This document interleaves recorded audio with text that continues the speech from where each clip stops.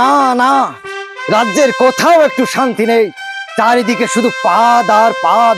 এই গন্ধে আমার উগান্ডা ছেড়ে বেরিয়ে যাবার উপক্রম হয়েছে। সেনাপতি কোথায়?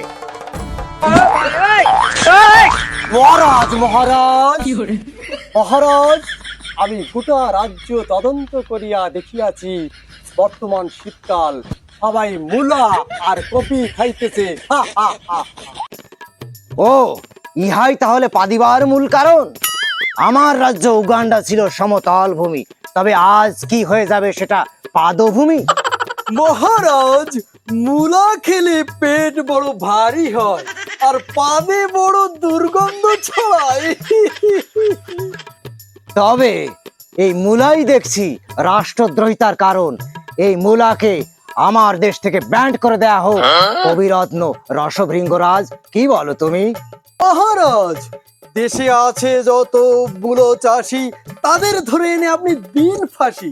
তাহলে ছড়াবে না আর কোনো পাদের গন্ধ, দেশে থাকবে না আর কোনো দ্বিধাদ্বন্দ্ব।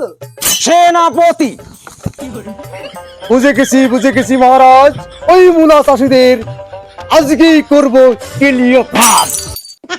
তাহলে আজ থেকে আমি ঘোষণা করিলাম, আমার রাজ্যে সকল মূলা চাষ বন্ধ।